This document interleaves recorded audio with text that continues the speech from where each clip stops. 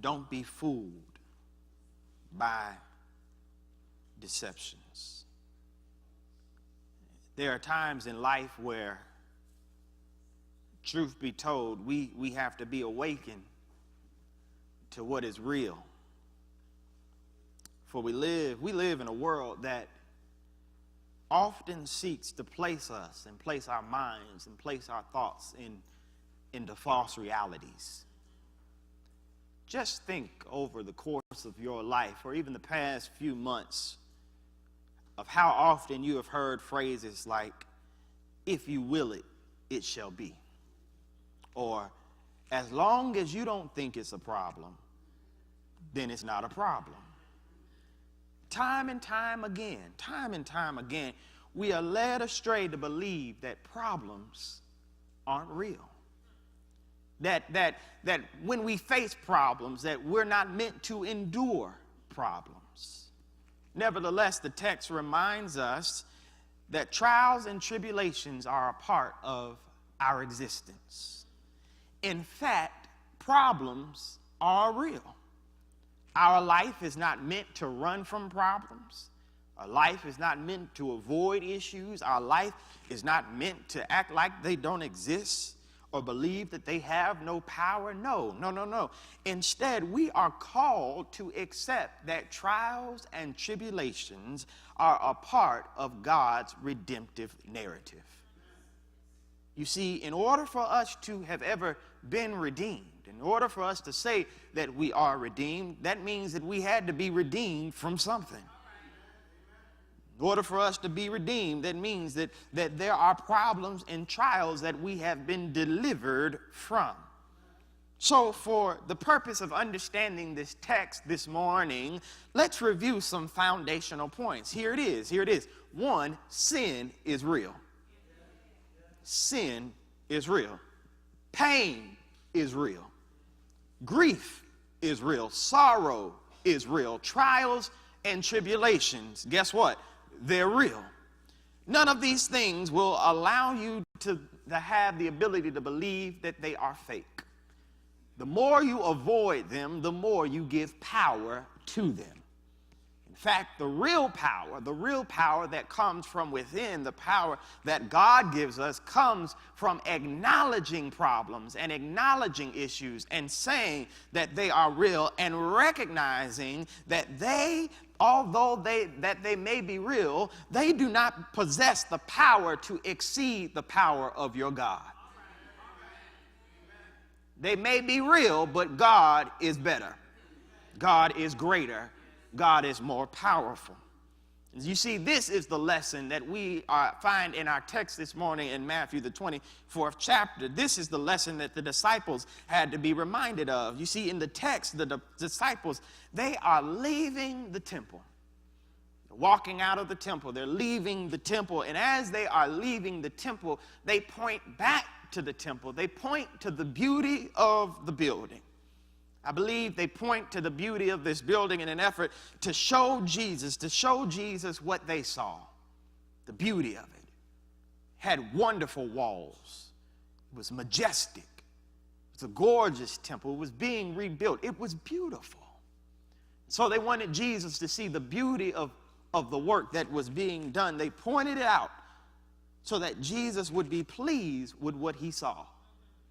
Pleased by the physical appearance, pleased by the massive structure that it was, pleased by the place. What they were trying to do was get him to be pleased with the place in order to forget the hell that he had just went through in the place. See, Jesus had just endured challenges in the temple. Just a few weeks ago, we talked about it. They had questioned him. Is it right for you to pay taxes? They had challenged Jesus in the temple. But in order for the disciples to get him to forget about that, they tried to show him the beauty of where they worship. They were expecting him to be happy about what he saw, happy about the work that was going on, thinking that his excitement would reverse the plan and the mission that he was on. Because Jesus had already determined that the temple needed to be rebuilt. Not just the physical structure of the temple, but the hearts of the people needed to be rebuilt. So no matter what they were doing with their hands, there still needed to be an overturning of what was going on. It's clear that the disciples had taken a play out of the playbook of human nature. The disciples wanted change, but they wanted change the way they wanted it. They wanted change, but they didn't want change the way that God was going to bring about change. Sounds like some of us today. We want change, but we want it our way. We want it on our time, on our schedule. And so they wanted an overturning of the power. Yeah, Jesus, we're happy about that. We want you to be the Messiah, but we want it done our way. But Jesus was saying, no. It's not going to be done your way. It's going to be done my way. And that leads us to the question that we have to ask ourselves this morning as we think about change and wanting change. The question that we have to ask us is what are you holding on to in an effort for change to be done your way? What are you holding on to that God has clearly told you need to let go of, but yet you don't want to let go because you say, I want to keep it my way. But God is saying, no, you got to let it go so that I can change this situation the way I need to change the situation. Because the reality is that the only one that knows how to orchestrate change the best way is God's. We might believe that we know what's best, but reality is we don't always see the big picture. But God sees it all. And so the question that we have to ask is, what is it that I'm holding on to that I need to let go? Who is it that I have not yet forgiven that I need to forgive? What grudge am I holding on to that I need to let go so that I can move on and have a change in my life? What power? Who have I given power to that I need to take it back from them so that I can move forward? Look at the text. That's what Jesus is reminding them. You see, Jesus is not moved by what they're doing. They're pointing out the temple. Jesus isn't moved. Instead, he tells them the truth. He says, today I tell you, today, not one stone will be left. Imagine the fear on their faces. What do you mean, Jesus? Our people are working hard to build this temple. We're working very hard, and you're telling us not one stone is going to be left? That all our work is going to be thrown down? You see, instead of accepting the way that they wanted change, he reminds them of a reality. And the reality is that you can't build things to hide from your problems. You can't build up walls to hide from your problems. You can't build up grudges to hide from your problems. You can't build these false identities to hide from your problems. The reality is you have to face your problems. You can't build space to hide from your problems. You have to face your problems. And what Jesus is saying to them is that there is going to become a time where your heart is going to be examined. In fact, his words became true because in 70 AD, under the Roman Emperor Titus, that temple was destroyed. All their works was thrown down the drain. And what he was trying to get them to say is that he can't sugarcoat what's going to happen. In fact, I love the approach that Jesus takes because Jesus shows us that in life, sometimes you got to be direct with people. Sometimes you can't sugarcoat things. Sometimes you just got to tell them the truth. And Jesus speaks the truth, and what he does is he allows the truth to prepare people. Because sometimes we want to nurture people into change. We want to sugarcoat it. We want to make it easy for it. We want to allow it to be an easy process. But what Jesus shows us is that sometimes you have to speak the truth in order for people to make the difference in their life. So the truth is what matters. And what he shows us by revealing to the disciples that, hold up, your work is going to be destroyed, and showing how the disciples were upset, he shows that you can follow Jesus and still have weak faith. You can follow Jesus and still have weak faith. For the truth of the matter is, we got too many weak Christians. We got Christians who can't accept the fact that trials and tribulations are real. And not only that they are real, but here it is, that trials and tribulations are not always the work of the enemy. Oh my God. Oh my God. If I had $1 for every time somebody says that this problem I'm going through is the devil's fault, I would be a millionaire, because the reality is that trials and tribulations are not always the enemy. In fact, God allows trials and tribulations to come your way in order for you to learn a lesson that you should have learned a long time ago. What Jesus shows them and what he shows us is that in order for us to accept God's plan, we have to remember that trials and tribulations are a key entity in God's plan. Because trials and tribulations have a way of showing us just who is in control. Because too often we try to control situations. We try to control our destiny, but God has a way of throwing a curveball into the situation to let us know when you think you're in control, you're not. That God is the one that is in control. And what he does is throughout this chapter, he says, hold up, y'all. There's going to come a day where there will be people who are going to come in my name. They're going to say that I'm the Messiah, and the truth is they're really not. In fact, throughout the chapter, he lets them know three times, that means it's very important. He lets them know 3 times that there are going to be people who are going to come with a fake gospel. There's going to be people who are going to come that are going to say to you, well, honey, you're too blessed to be stressed. There are going to be people who are going to come to say to you that you're not supposed to go through sickness. Sickness is of the enemy. There are going to be people who are going to come that says, man, you're never meant to be poor. There are going to be people who are going to come and say you're meant to live a prosperous life. There are going to be people who are going to come to say you shouldn't have problems. You shouldn't have doubt. You shouldn't have worry. There are going to be people who are going to come and say all these positive things, and they're going to say it in my name. But the truth is they're a liar, and you ought to know it.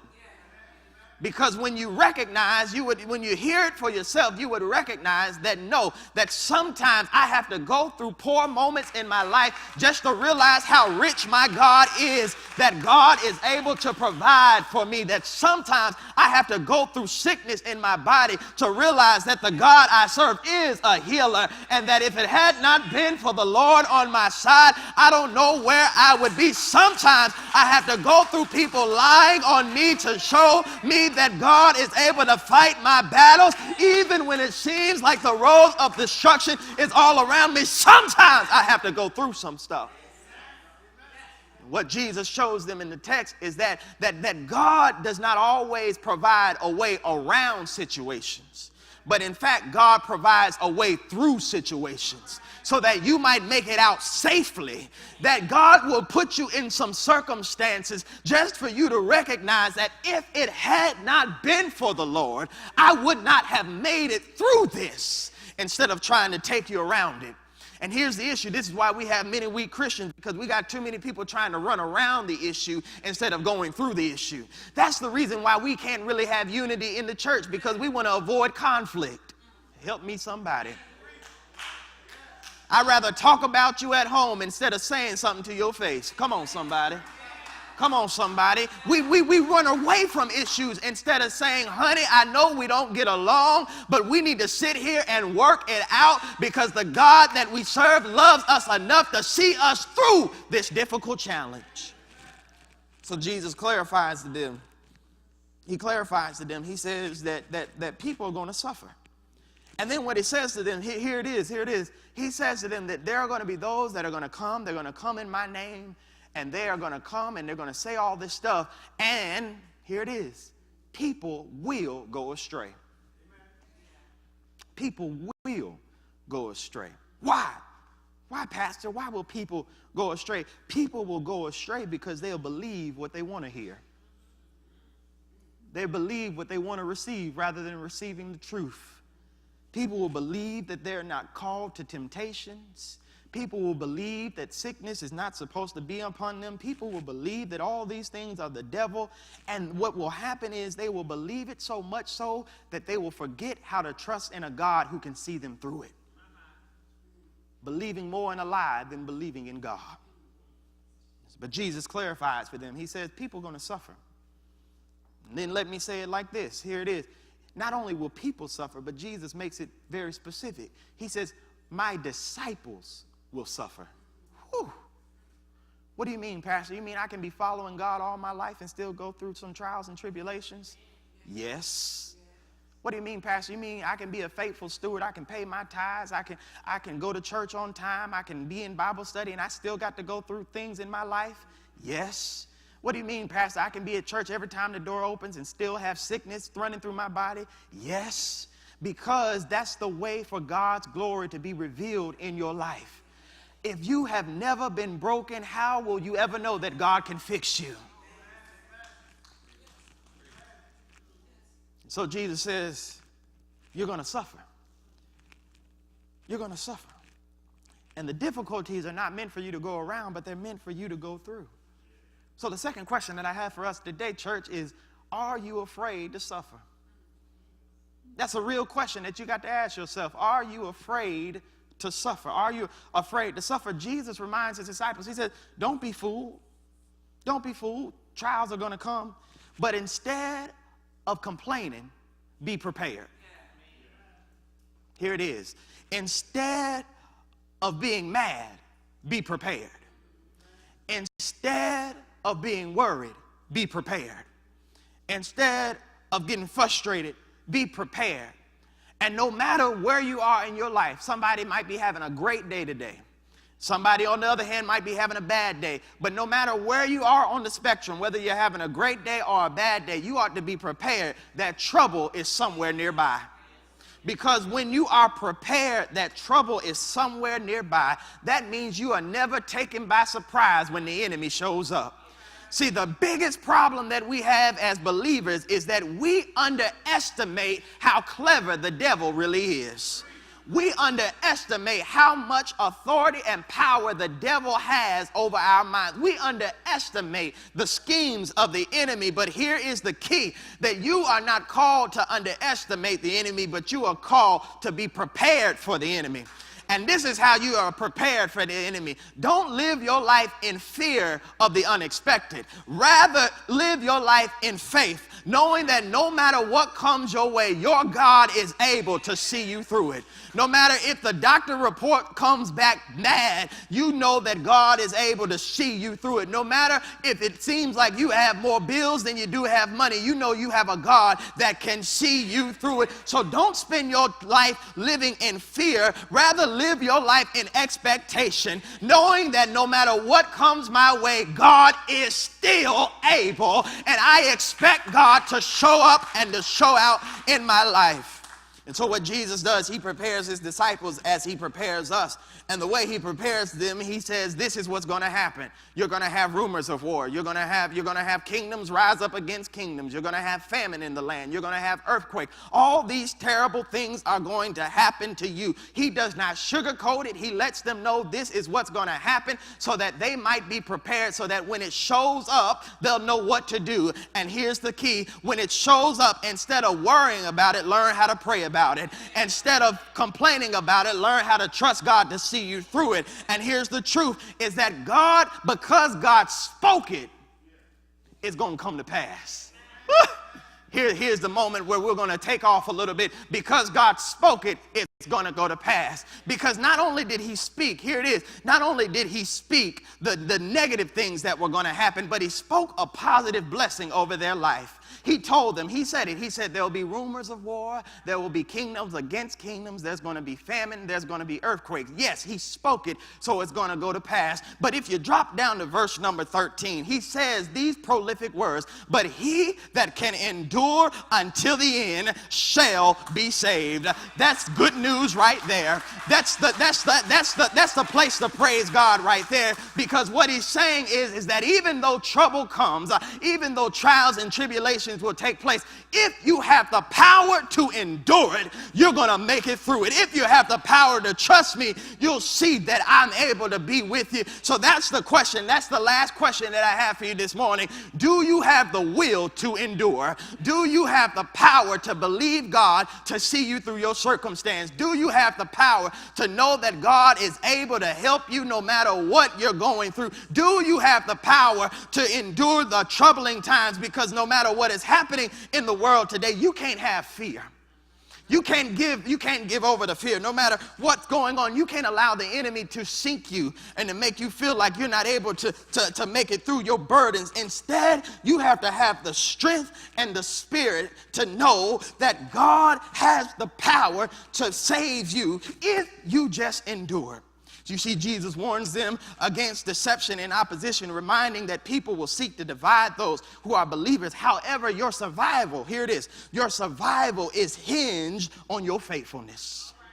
If you can be faithful unto God in the midst of it all, if you can be faithful unto God when people are talking about you, if you can be faithful unto God when your relationships are not working out, if you can be faithful unto God when it seems as though you have more pain in your body and you're expecting a healing, if you can be faithful unto God through the good and the bad, what God says is that if you're faithful, I'm going to reward your faithfulness. If you are faithful, I will make sure that you'll come out as pure gold. If you are faithful, I will show the world that I am able to save your life. And here it is. How do we be faithful? How is it that we can be faithful in the midst of our trials and tribulations? Instead of spreading hatred, learn how to spread love. That's how you be faithful. Instead of spreading your worries and your complaints, learn how to spread joy in God. Instead of spreading your frustrations, learn how to spread your trust in the Lord. Instead of spreading the problems that are going on around you, spread about the truth about your God. Spread to the world that God is able to see you through. Spread the message of the gospel. This message, spread that God is my strength and my help in a time of trouble. Spread the message that he comforts those in trouble, so that when we are in trouble, we can learn how to comfort one another like God would comfort us. Spread the message that no weapon formed against you shall prosper. That doesn't mean that it won't form. Yes, the weapon will form, but it's not going to prosper against you. Spread the message that the Lord will make a way out of no way. Spread the message that no matter what you're going through, that weeping may endure for a night, but joy comes in the morning. Spread the message that I might be sick today, but I serve a God who has healing in his resume and can heal me from the crown of my head to the soles of my feet. Spread the message that my mind might be going crazy, but I serve a God who can provide peace that surpasses all understanding. Spread the message that there's no issue, no problem too hard for the God you serve. Spread the message of the hymn that said that there is victory in Jesus, that he is our Lord and Savior, that he's loved us and he's kept us with his redeeming blood. Spread the message that when we were lost, he found us. Spread the message. Don't be fooled by what you see, but be trusting in the one you know, that though it may look bad, I know that God is able to keep me. Though it may seem bad, I know that God is able to be with me. So don't worry about what others say. Don't worry about getting into confusion. Don't worry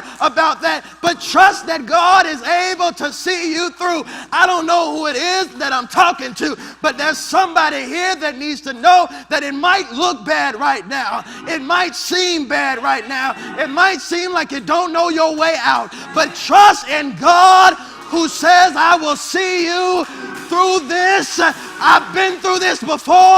I've got you out before, and I'll get you out again. Trust in the Lord. Lean not to your own understanding, but acknowledge him in all your ways, and he will direct your path. Trouble might come, but my God is greater. Issues might come, but my God is greater. Situations might come, but my God is greater to see me through it all. How many are going to trust him today? Trust in him. Trust in him.